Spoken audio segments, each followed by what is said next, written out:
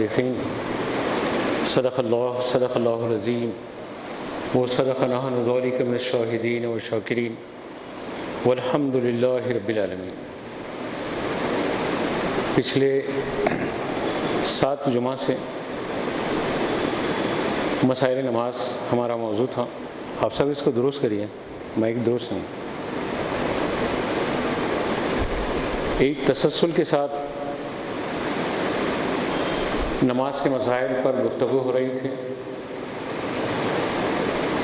بعض گوشوں سے خواہش ہوئی کہ مسجد کی روایت کے مطابق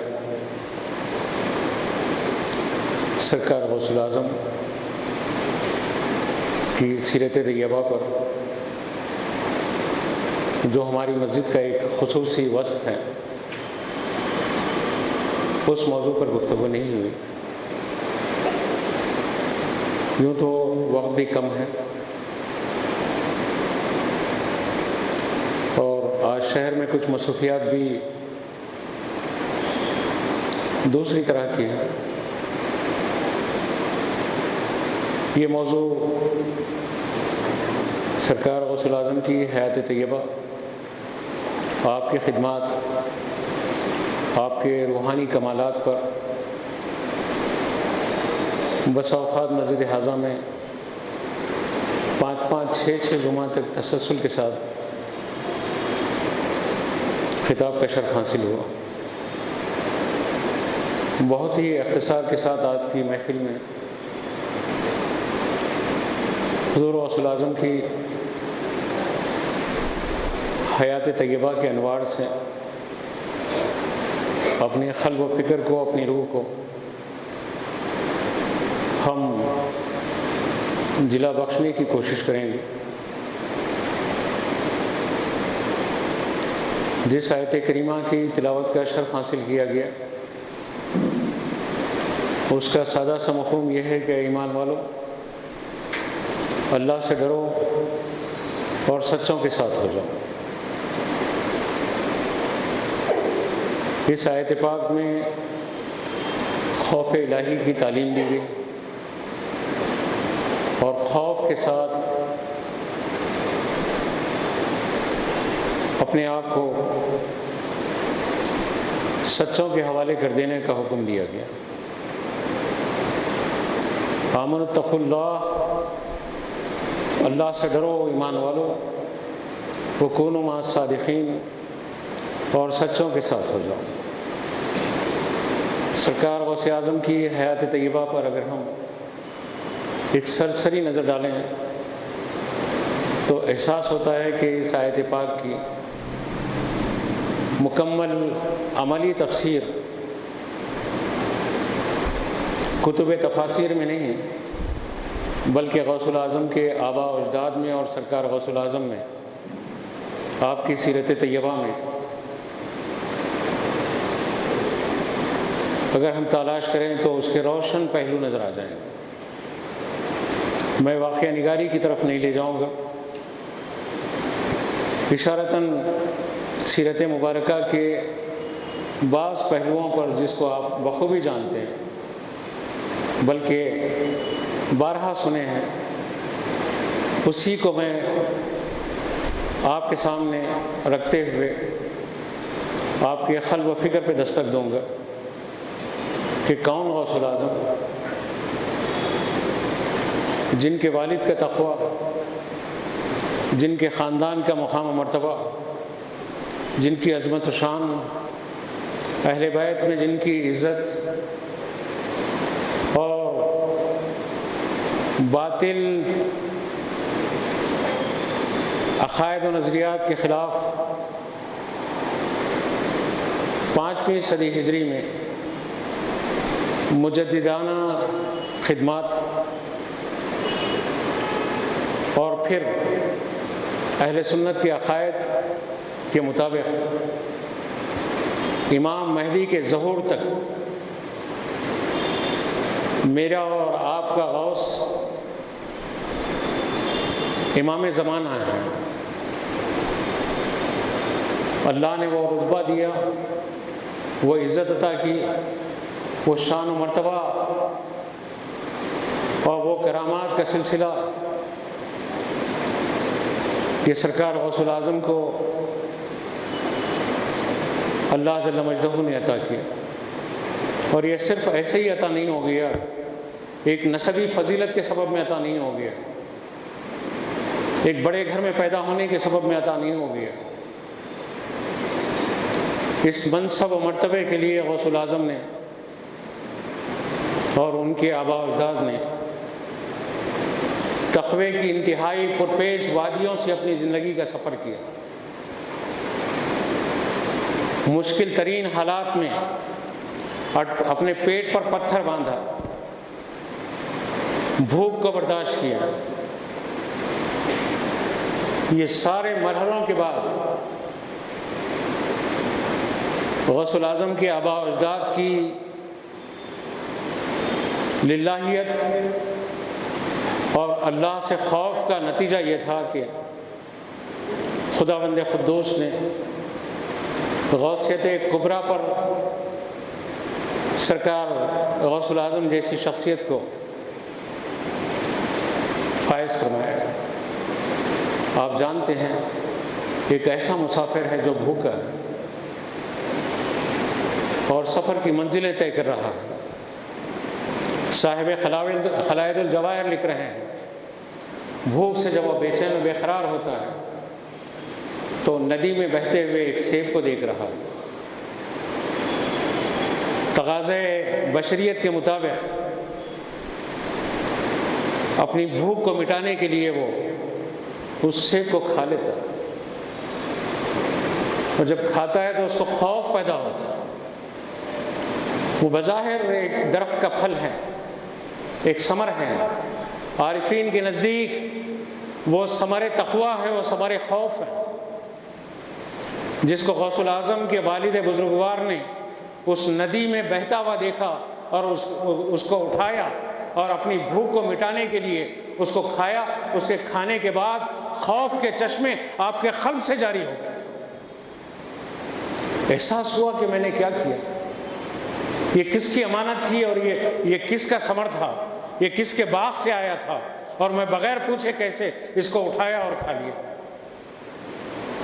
آج ہم قادری ہیں، آج ہم چشتی ہیں، آج ہم نقشبندی ہیں، سہروردی ہیں، شاذلی ہیں، صابری ہیں، اشرفی ہیں، رضوی ہیں، سب کچھ ہیں، لیکن کمال تو یہ ہے کہ غوث الاعظم کی خانقاہ کا پہلا درس یہ ہے کہ ہم سب سے پہلے متقی ہیں۔ متقی ہیں تو قادری ہونا باعث شرف ہے، متقی ہیں تو چشتی ہونا باعث شرف ہے، متقی ہیں تو سہروردی ہونا باعث شرف ہے، متقی ہیں تو اسی طریقے سے نقشبندی ہونا صاحب شرف ہے، ورنہ متقی نہیں ہے، نام کے ساتھ یہ القاب ہے۔ تو یہ تو دیوار پہ اتری ہوئی وہ تصویر کی طرح ہے، جو شیر کی تصویر تو ہے وہ شیر نہیں ہے۔ کون ڈرے گا اس سے؟ کس کو خوف ہوگا اس سے؟ بلکہ بچے کھیلیں گے ان تصویروں سے، بلکہ شیر کے مجسموں پہ تو لوگ بیٹھ کے سفر کرتے ہیں۔ ہم تصویری شیر بن جائیں اور اسد اللہی جو کیفیت ہے ہم میں وہ تقوی کے ذریعے حاصل ہوتی ہے، اس کو بھول جائیں تو یہ ممکن نہیں ہے۔ غوث الاعظم کے والد نے جب وہ پھل کو اٹھایا، کھایا، اور جب خوف کے چشمے ان کے قلب سے نکلنے لگے، ان کے ہوش اڑ گئے کہ انہوں نے سوچا کہ یہ کس کا پھل تھا، یہ کس کی امانت تھی، بغیر پوچھے میں نے کیسے کھا لیا۔ وہ چلے اس جانب جس جانب وہ سیب بہہ کے آ رہا تھا ندی سے، چلتے چلتے اس باغ تک پہنچے۔ وہ باغ وقت کے ولی کامل عبداللہ سومئی کا باغ تھا۔ وہاں پہنچنے کے بعد دیکھے کہ ایک نور کا پیکر ہے وہاں، اور اپنے پورے جاہ و جلال کے ساتھ ہیں۔ غوث الاعظم کے والد وہاں جا کے پوچھتے ہیں کہ باغ کا مالک کون ہے؟ باغ کا مالک حضرت عبداللہ سومئی رحمۃ اللہ تعالیٰ علیہ یہ کہتے ہیں کہ میں ہوں، اور کیا چاہیے آپ کو؟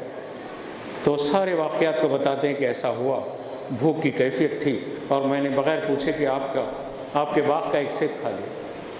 بغیر پوچھے کہ رشوت کا گھر بنا لیے، بغیر پوچھے کہ کاریں لے کے پھرتا ہے، بغیر پوچھے کہ بہترین لباس پہنتا ہے، بغیر پوچھے کہ سب کچھ شریعت جس سے منع کرتی ہے وہ سب کرتا ہے، اور پھر قادری ہے، اور قادریوں کے سرتاج کیا کر رہے ہیں؟ ایک سیب کا حساب دینے کے لیے جا کے بتا رہے ہیں کہ یہ مجھ سے یہ خطا ہوئی ہے۔ عبداللہ سومئی نے دیکھ لیا کہ آنے والی شخصیت کوئی عام انسان نہیں ہے، بلکہ یہ کوئی متقی اور اللہ کا خاص بندہ ہے۔ انہوں نے کہا کہ ہاں سیب تو آپ نے کھایا اور بغیر پوچھے کھایا، اس کی پیدائش میں کچھ شرائط کی تکمیل کرنی ہوگی۔ مان لیا انہوں نے، کیا شرائط؟ ایک سیب کے لیے شرائط کو منظور کی۔ اور کیا شرائط ہے؟ انہوں نے کہا کہ اتنے برس تک میرے کھیت کو، باغ کو تم سینچنا پڑے گا، پانی دینا پڑے گا، یہاں کام کرنا پڑے گا، اور اس کے بعد وہ وقت گزرنے کے بعد دوسری شرائط کی تکمیل کرنی ہے۔ برسہ برس تک وہ ایک سیب کے کفارے کے لیے غوث الاعظم کے والد اپنے آپ کو مزدوری میں پیش کر رہے ہیں۔ جب وہ شرائط کی تکمیل ہوتی ہے، آ کے عبداللہ سومئی کے سامنے عرض کرتے ہیں کہ حضور مدت معاہدہ ختم ہو رہا ہے، اب دوسری شرائط کیا ہے؟ سرکار عبداللہ سومئی بتاتے ہیں کہ دوسری شرائط یہ ہے، وہ بچوں کو خاموش بٹھائیں، دوسری شرائط یہ ہے کہ میری لڑکی سے شادی کرنی ہوگی، اور اس کا ڈسکرپشن ایسا ہے، وہ لنگڑی ہے، وہ اندھی ہیں، وہ بہری ہیں، وہ گونگی ہیں۔ عبداللہ سومئی وعدے کے مطابق وہ شرطوں کو منظور کر رہے ہیں، عبداللہ سومئی کی ان شرطوں کو منظور کر رہے ہیں۔ اور جب انہوں نے ان شرطوں کو منظور کیا شادی میں، شب عروسی میں آپ جب اپنی اہلیہ عبداللہ سومئی کی صاحبزادی کو غوث الاعظم کے والد نے جب دیکھا، حیرت زدہ ہو کے کمرے سے باہر آئے۔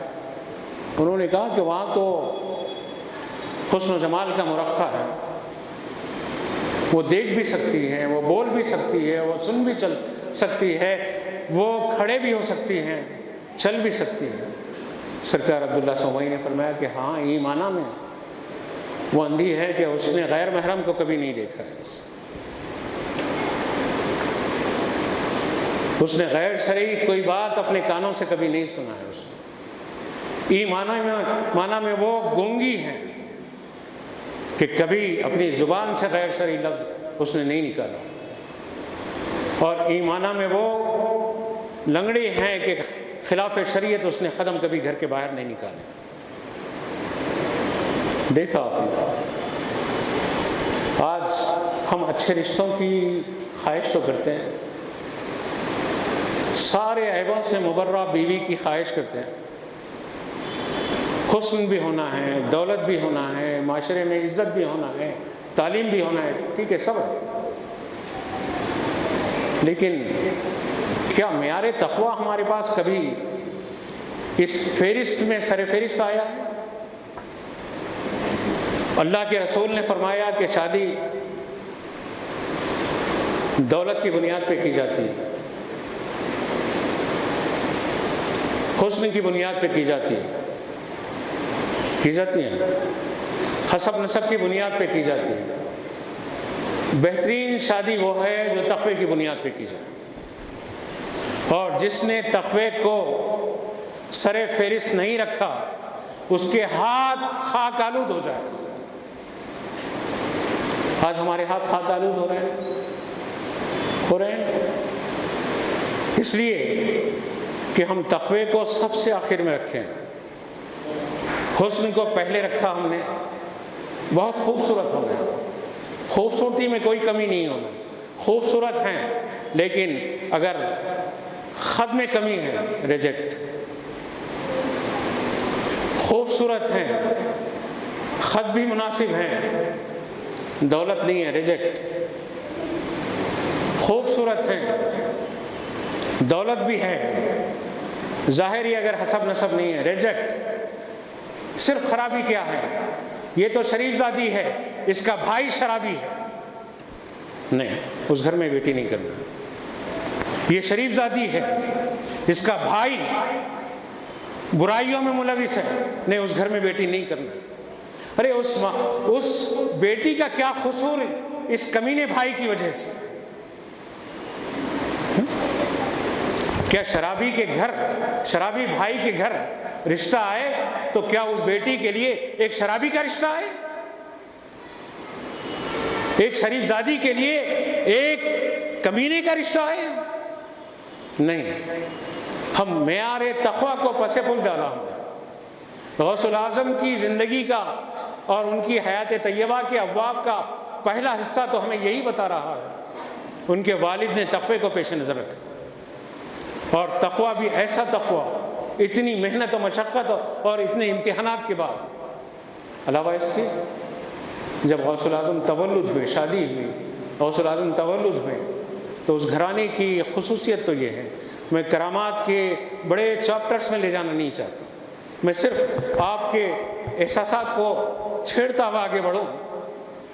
وہ صبح زندگی ہے، غوث العظم کی ولادت کی وہ سبحانی گھڑی ہے صبح کی، اور گیلان میں رؤیت ہلال پر اختلاف ہو رہا ہے کہ چاند ہوا ہے یا نہیں ہوا ہے،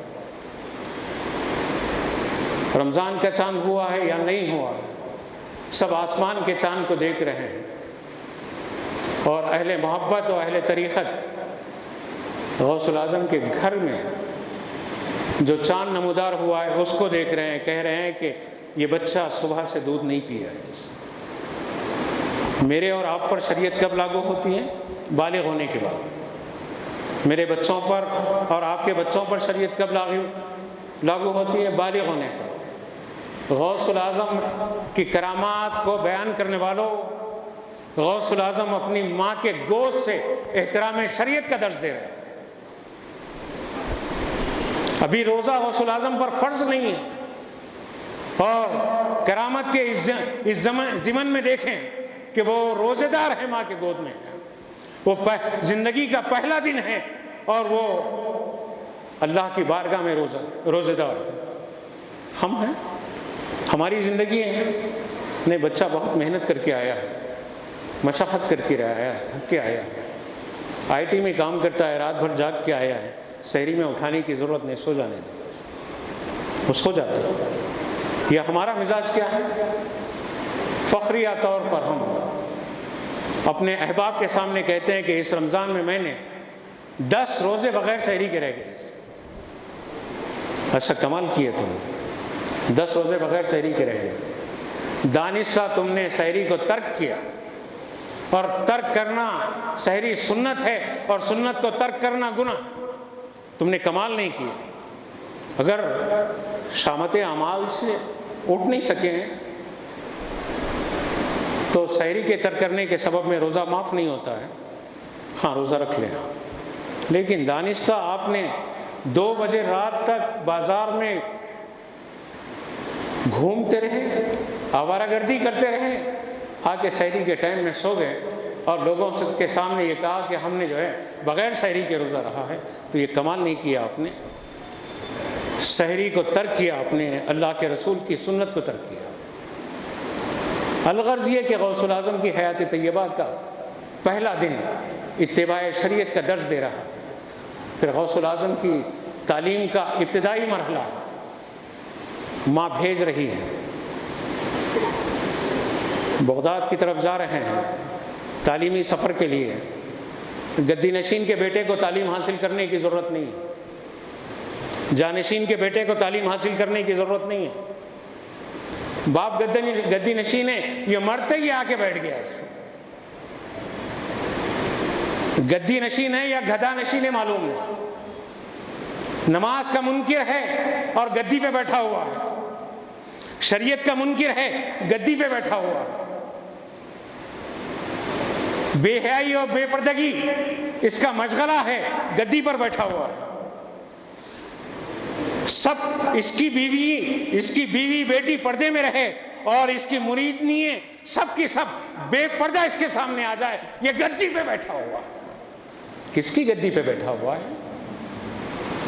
غوث الاعظم کی گدی تو یہ گدی نہیں ہے۔ غوث الاعظم کی جو گدی ہے وہ شریعت کے دائرے میں محصور ہے، اور اتباع شریعت کا درس غوث الاعظم کے وجود سے جاری ہو ساری۔ بچپن ہے اور جا رہے ہیں، ڈاکو راستے میں پکڑ رہے ہیں اور پکڑ کے پوچھ رہے ہیں، ایک ایک کو لوٹ رہے ہیں اور آپ کو پکڑ کے پوچھ رہے ہیں ایک ایک، صاحبزادے تمہارے پاس کیا؟ وہ چاہتے تو کہتے کہ کچھ نہیں، لیکن آج رشوت لیتا ہے، اینٹی کرپشن والے پوچھ رہے ہیں تو کہتا ہے کہ نہیں، تحفہ تھا۔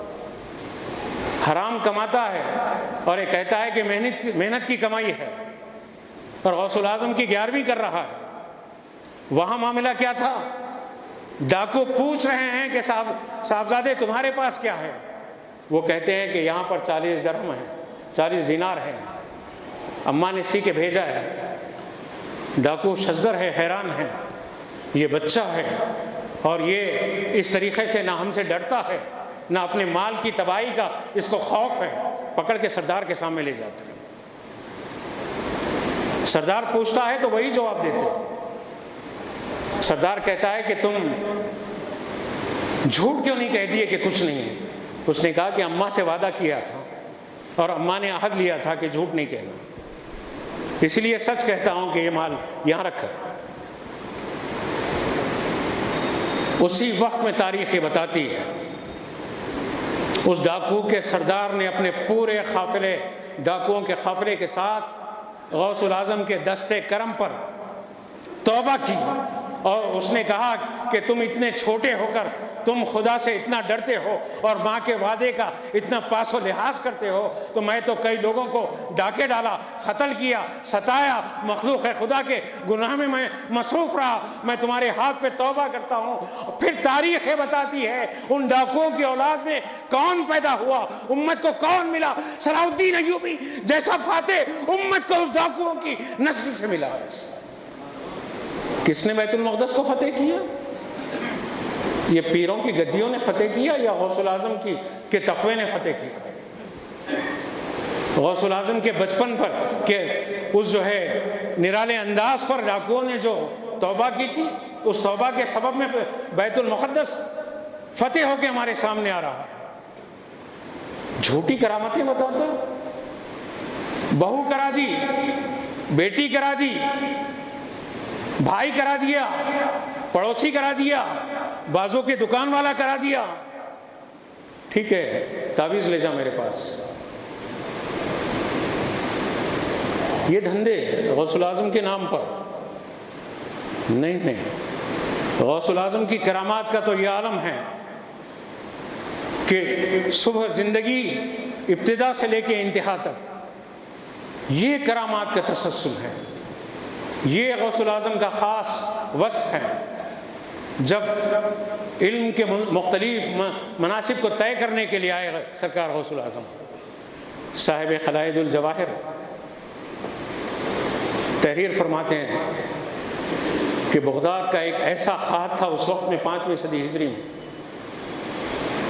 کہ وہ خط کی کیفیت یہ تھی کہ انسان بھوک سے جاں بلب ہو رہا تھا، چلتی پھرتی لاشوں کا نام انسان ہو گیا تھا، کھانے کے لیے کچھ نہیں مل رہا تھا۔ سرکار غوث الاعظم جامع بغداد کے طالب علم حاصل کرنے کے لیے آپ پہنچے ہیں گیلان سے۔ طویل سفر کرنے کے بعد جب آپ وہاں تعلیم حاصل کر رہے ہیں تو چاروں طرف خات ہی خات ہے، لوگ بھوک سے تڑپ رہے ہیں، مر رہے ہیں، بے چین و بے قرار ہیں۔ بغداد کی جامع مسجد میں آ کے استراحت کے لیے لیٹ گئے ہیں غوث الاعظم۔ سرکار فرماتے ہیں کہ میری کیفیت ایسی تھی اس وقت میں، صرف میرے درمیان میں موت تھی اور میں تھا۔ میری جسم کے روئیں روئیں سے بھوک کا احساس ہو رہا تھا مجھے۔ بشری تقاضوں کے مطابق میں جہاں بلب تھا، ایک شخص آیا، صاحب تحفہ قادریہ لکھ رہے ہیں، اس منظر کشی کر رہے ہیں کہ مسجد کے گوشے میں ایک شخص آیا کہ آ کے اپنا توشہ کھولا، اور وہ کچھ کھانے کے لیے جب اپنا توشہ کھولا تو کھانے کی جو خوشبو تھی، سرکار غوث اعظم فرماتے ہیں کہ میں بے چین و مضطرب ہوں۔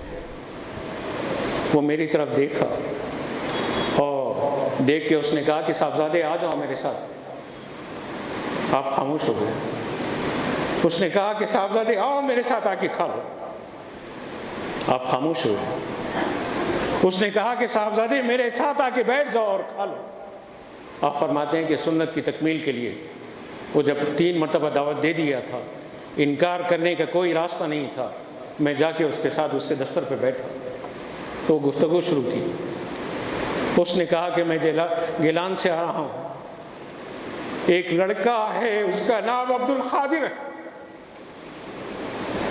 میں اس کو یہاں تلاش کیا، 3 دن سے مسلسل تلاش کر رہا ہوں، لوگ بھوک سے تڑپ رہے ہیں، کسی کو کچھ پتہ نہیں ہے کہ کیا عالم ہے، ہر شخص اپنی زندگی بچانے میں مصروف ہے، عبد القادر کو کوئی جانتا نہیں، پتہ نہیں بتاتا ہے۔ اس کی ماں نے کچھ امانتیں دی تھی مجھ تک، وہ امانتیں جو کچھ تھی یہاں آنے کے بعد وہ خرچ ہو گئی، اب جو کچھ بچا تھا یہ زیادہ رہا توشے کی شکل میں ہے، اور میں عبد القادر کا توشہ جو اس کی ماں نے بھیجا تھا میں کھا رہا ہوں۔ سرکار غوث الاعظم اپنے خاندانی حسب و نسب کے اعتبار سے صبر کی اس منزل پر ہیں کہ اطمینان سے 1-2 نوالے اس مسافر کے دستر سے اٹھاتے ہیں،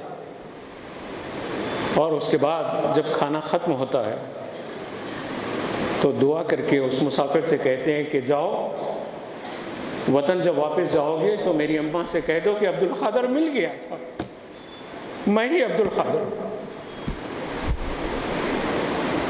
آئے ایسی کبھی بھوک آئی؟ پیروں کے گھروں میں موجودہ اللہ ماشاء اللہ کیا حال ہے؟ مرغ کی ٹانگ سے مسواک ہوتی ہے اس کی روزانہ،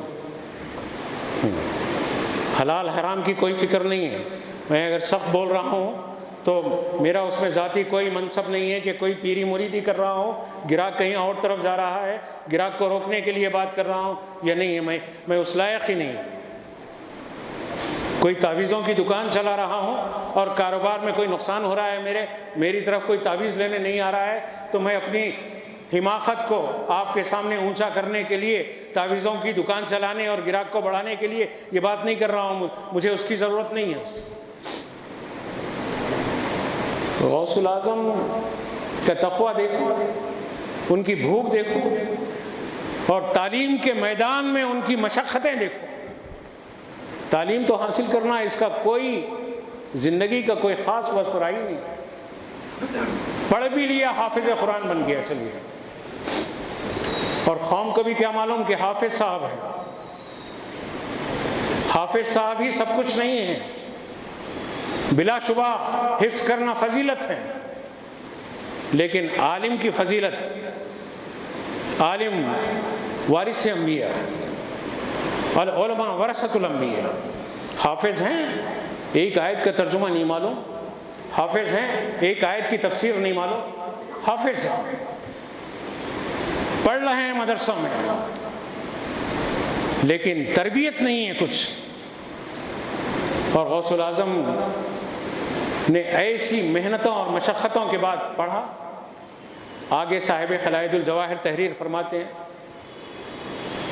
حضور غوث الاعظم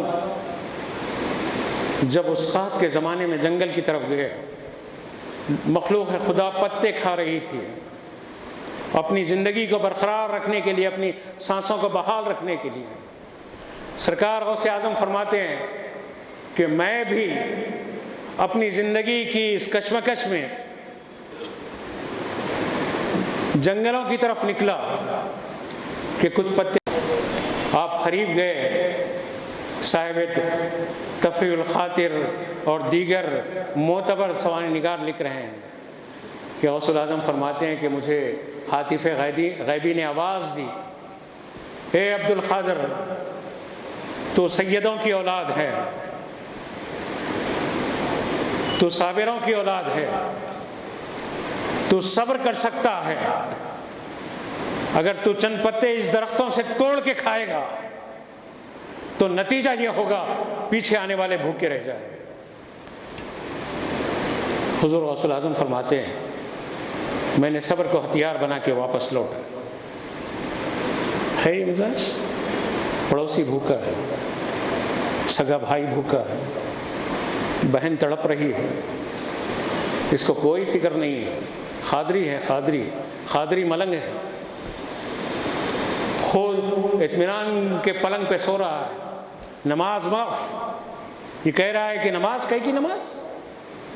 ہم تو حضور قلب رکھتے ہیں، دل کی نماز کافی ہے، معاذ اللہ۔ اور غوث الاعظم کی کرامات میں بتایا جاتا ہے کہ اتنے برس تک عشاء کے وضو سے فجر کی نماز ہوئی۔ یہ کیا ہو رہا ہے، کیا مزاج؟ غوث الاعظم کی تعلیمات کو ہم نے مذاق بنایا، کرامات کو ہم نے اپنی غذا بنائی۔ بس کرامتیں بیان کر لو۔ اب تو کوئی بزرگ کا انتقال ہوا کرنول میں، بھائی وہ اللہ کے کوئی ولی ہوں گے، کسی کی شان میں بے ادبی اور کس کے مقام ولایت پر منصب ہونے اور ان کے مقام ولایت پر فائز ہونے کے لیے ان کے اہل سنت سے ہونا، ان کے صاحب شریعت ہونا کافی ہے۔ میں کسی کی ذات پر اعتراض نہیں کر رہا ہوں۔ اب مریدین کہہ رہے ہیں کہ حضرت کی روح نکل کے دیوار پہ آ گئی۔ فیس بک پر، یہ 2 روز کی 3 روز کی بات، فیس بک پر روح مجسم ہو کے اس کی تصویریں آ رہی ہیں۔ یہ دیکھو تماشا، ایک نئی دکان چلانے کا، ایک نیا کاروبار شروع، پھر نام بھی کیا ہے، القاب بھی کیا ہے، روح اہل سنت۔ واہ واہ، روح نکل گئی تو کیا اہل سنت بے روح ہو گیا جسم؟ کیا القابات ہے رے بھائی۔ مجھ جیسا ناکارہ مولوی علامۃ الدہر قرآن کے الف کے اسرار اور رموز نہیں معلوم، اس کے پہلے حرف کے، چاہے وہ الحم سے شروع ہو، چاہے وہ الف لام میم سے شروع ہو، لیکن مجھ جیسا ناکارہ علامہ، چھوٹا سا مدرسہ دارالعلوم، این خدر پیر آ خدر کرامات۔ کرامات کیا جھگڑے لگانے کا ایک جو ہے مشن ہے اس کا، دیورانی کرا دی، جیٹھانی کرا دی، ایک کاروبار چلایا جا رہا ہے۔ اے لوگوں، غوث الاعظم کی روحانیت سے میں بات ختم کر رہا ہوں۔ غوث الاعظم کی روحانیت سے، غوث الاعظم کے تقوی سے، غوث الاعظم کی اتباع شریعت سے، غوث الاعظم کے حصول علم کے لیے محنت و مشقت سے ہم کو درس لینا ہو۔ کرامات کا انکار نہیں، خدا کی قسم، کرامات حق ہیں، حق ہیں، حق ہے، لیکن کس کے لیے؟ ظاہری طور پر بھی وہ شریعت کا پابند رہے، شریعت کا پابند ہی نہیں، نماز نہیں پڑھتا کرامات کا ذکر کرے، روزے نہیں رکھتا کرامات کا ذکر کرے، دولت کے انبار لگے ہوئے ہیں زکوٰۃ نہیں دیتا کرامات کا ذکر کر رہا، زندگی میں حج نہیں کرتا اور کرا بھی تو گھمنڈ کرتا کہ 5 حج کر لیے، 10 حج کر لیے۔ لیکن ایک حاجی میں جو خوبی آنی چاہیے وہ خوبیوں سے آ رہی ہے، تو یہ کرامات کے تذکرے ابس ہیں۔ کرامات کا میں بات ختم کرتے ہوئے عرض کروں، قرآن گواہ ہے کہ کرامتیں حق ہیں، اہل سنت حق پر ہیں، اولیاء کی کرامتوں کے ہم منکر نہیں ہیں، اور قرآن میں کرامات اولیاء کا تذکرہ ہے۔ کیا آپ نہیں جانتے؟ حضرت سلیمان علیہ السلام کی بارگاہ میں آصف بن برخیہ بیٹھے ہوئے. آصف بن برخیہ کون ہے؟ کوئی نبی نہیں ہے. حضرت سلیمان علیہ نبینا علیہ السلام کے صحابی ہیں. تذکرہ ہو رہا ہے، تخت بلقیس کا تذکرہ ہو رہا ہے. ہدہد آ کے بتا رہا ہے کہ ایک ایسی ملکہ کی سلطنت دیکھ کے آ رہا ہے. سلیمان علیہ السلام نے پوچھا کہ دیر سے کیوں آیا؟ اس نے کہا کہ ایک ملکہ سبا کی سلطنت دیکھ کے آ رہا ہے، اور اس کا ڈسکرپشن ایسا ایسا ایسا مختصر ہی ہے. سلیمان علیہ السلام نے کہا کہ کون ہے بلقیس کے تخت کو یہاں حاضر کر دیں. مفسرین بتاتے ہیں کہ سرکش جن اٹھ کھڑا ہوا. اس نے کہا کہ دربار کے برخاست ہونے سے پہلے اے اللہ کے نبی، بلقیس کے تخت کو یہاں حاضر کر دوں گا. اللہ کے نبی کے سامنے ایک غیر نبی اپنے اختیار کا، اپنے تصرف کا، اپنی طاقت کا، اپنی قوت کا، اللہ کی دی ہوئی جو ہے اس کے پاس جو قدرت ہے، اس قدرت کا نبی کے سامنے اظہار کر رہا ہے نا. قرآن گواہ ہے نا. نبی بے اختیار ہوتا ہے معاذ اللہ، ولی بے اختیار ہوتا ہے معاذ اللہ. ارے نبی تو نبی ہے، نبی کی صحبت میں بیٹھنے والا اتنا با اختیار ہوتا ہے. نبی کے سامنے عرض کر رہا ہے کہ ملکہ سبا کے تخت کو یہاں حاضر کروں گا. اور تخت کے دربار کے برخاست ہونے سے پہلے حضرت آصف بن برخیہ رضی اللہ تعالیٰ عنہ کھڑے ہوتے ہیں، کہتے ہیں کہ اللہ کے نبی، پلک کے جھپکنے سے پہلے حاضر کر دوں. کتنی دیر ہوتی ہے پلک کے جھپکنے؟ پریکٹیکل دیکھ لو، آنکھ کھول کے بند کرو. اور کس کے سامنے کہا جا رہا ہے؟ اور قرآن کس کا تذکرہ کر رہا ہے؟ آصف بن برخیہ اور وہ جن کے درمیان میں جو گفتگو ہے، تفاسیر اٹھا کے دیکھ لو. یہ کرامات ہیں نا. نبی کے سامنے اس کا اظہار ہو رہا ہے، اور نبی اپنے چاہنے والوں کو اتنا با اختیار بنا دیتا ہے. اور حضرت آصف بن برخیہ نے ملکہ سبا کے تخت کو حاضر کر کے بتا دیا حضرت سلیمان کے سامنے. اگر غوث العظم اس امت کے ولی کامل ہیں، غوثیت کے درجے پر فائز ہیں، صبح قیامت تک میرا اور آپ کا غوث امام زمانہ ہے.